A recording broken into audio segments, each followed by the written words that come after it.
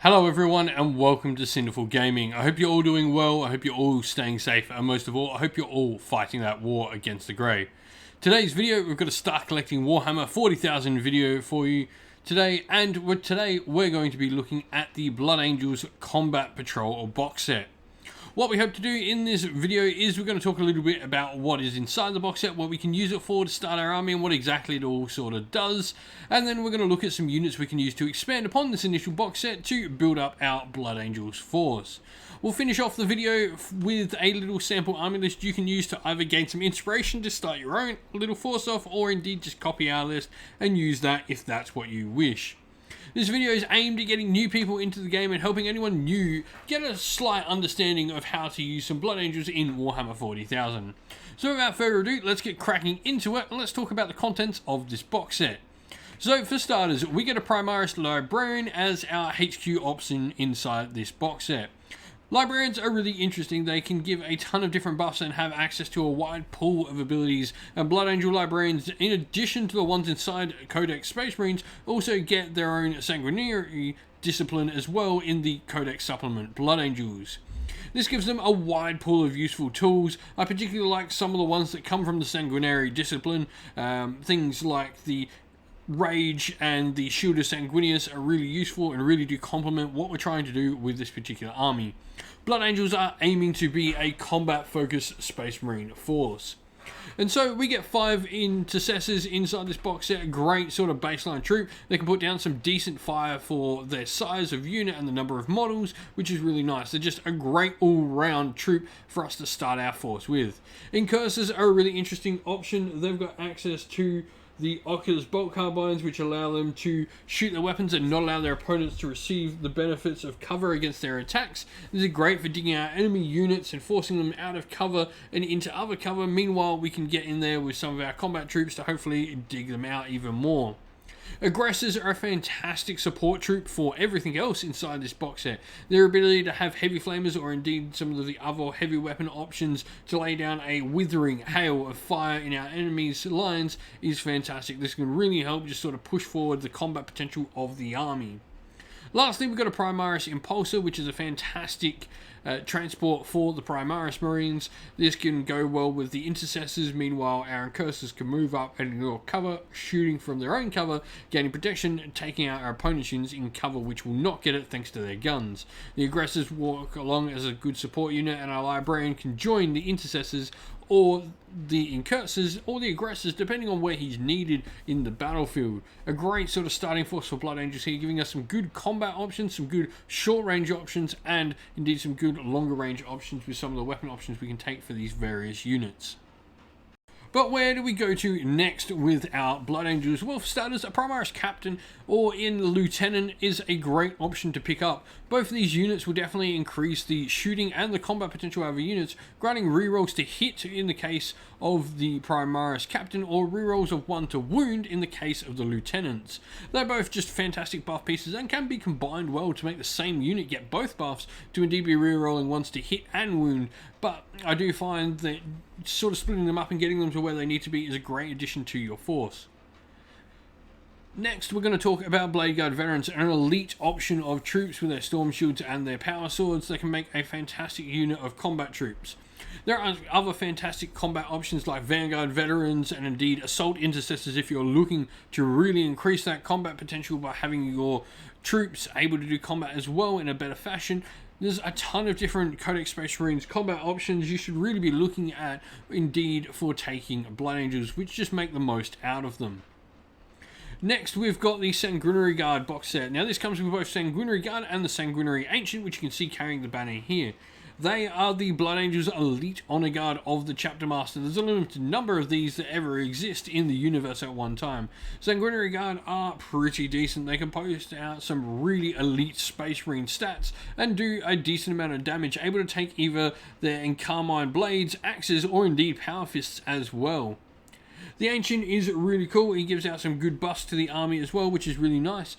And just this unit in general is just really one of the main units that I guess has the most Blood Angels flavor to it. The last unit we're going to talk about is, of course, Death Company Intercessors. Now, you could take normal Death Company, which are a Firstborn Marine unit. Now, they are definitely an option, but Death Company Intercessors are really cool. What they lack in maybe the other Intercessors gain in that shooting potential, Death Company Intercessors really go that more offensive route and a combat sort of option.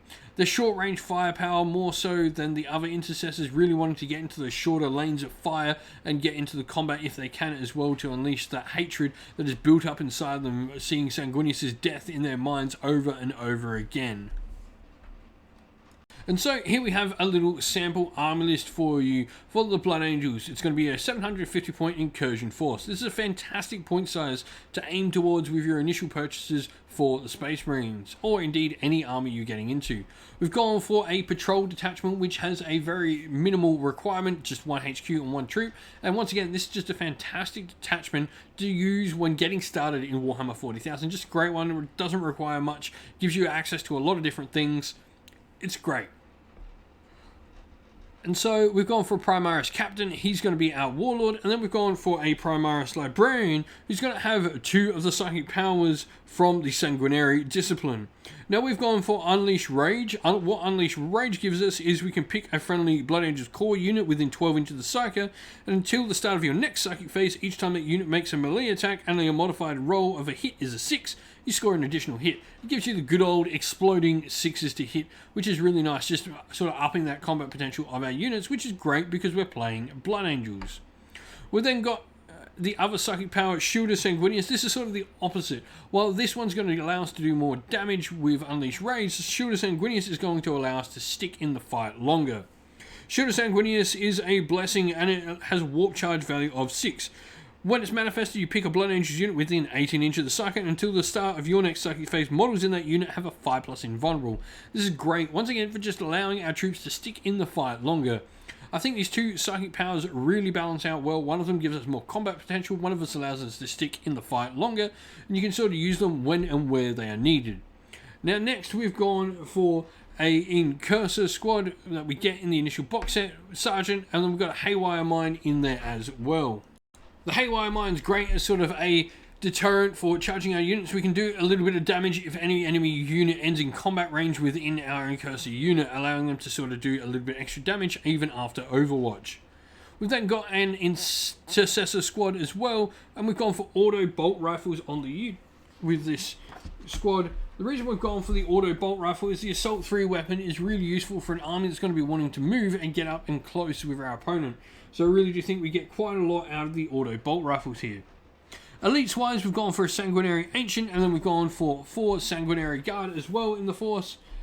This is going to allow us to sort of play around. Now, the Sanguinary Guard here are definitely an option. I find they sort of add that little bit more in the starting force than, say, you would get out of those other units we get inside the box set. But if this isn't your thing, you can definitely use the aggressors here instead. I really do think these 2 options give you different things. The Sanguinary Ancient and the Sanguinary Guard really give you that combat potential. The aggressors will give you a little bit more short-range firepower over them. Regardless though, we've gone for the Sanguinary Guard with the Sanguinary Ancient. Like I said, you could easily throw in those aggressors here instead. And lastly, we've got an Impulsor as a transport. This is probably going to chuck around our Intercessor squad along with the Primaris Captain or the Librarian, depending on what we need to do and where we need to get those troops and what we're sort of playing. If you've been playing with Blood Angels in the new edition of Warhammer 40,000, indeed the current edition of Warhammer 40,000, let us know how you're going, what you've been doing with them, and how you find everything in this box set helps you to start a Blood Angels force. Love to hear from everyone in the comments below. And so that's the end of the video. If you enjoyed it, please don't forget to leave a like and subscribe to the channel, and while you're at it, leave us a comment and let us know what you liked about the video. If you'd like to come chat more with me and other members of our fine community we've got going at Cinderful Gaming, you can do so by following the link in the description of the video to our Discord server. Lastly, if you'd like to help support the channel in another way, you can do so either by joining our Patreon or YouTube members. Our Patreon and YouTube members help decide what content we do on the channel. If you'd like to help support, that would be greatly appreciated, and we'd love to give a shout out to everyone who has helped support the channel via Patreon, and that is our patrons: Christian Weir, James, Soren, Chaos Spawn, AJC, Kenny Lyle, Outer and Shop First, Andrew Bowen, Nathan Fee, The Rising Ape, Q Dynamic, Agu, Anthony B, Dynet226, Anton Nilsson, and JJ Austrian. And a special thank you to our YouTube members who, by the way, don't forget when we've got live streams and in the comments, you can use our special emojis on YouTube. You amazing people. Thank you to our YouTube members, Green Roots Gaming, Kenton Young, Steve T, The Real Zeop, Chris Wallace, Turai12, Vinny, Lock Lorick, The Johnny84, David Ellsworth, and a special thank you to Lady Witchfox Art, who does all the amazing artwork for the channel, and to Xmorphic, who does an amazing job at all the background work in our Discord server. Thank you to both of you. You do an amazing job and do so much for the channel. That's it for today, folks, though. Stay safe and stay well, and most of all, keep fighting that war against the grey. Ciao for now.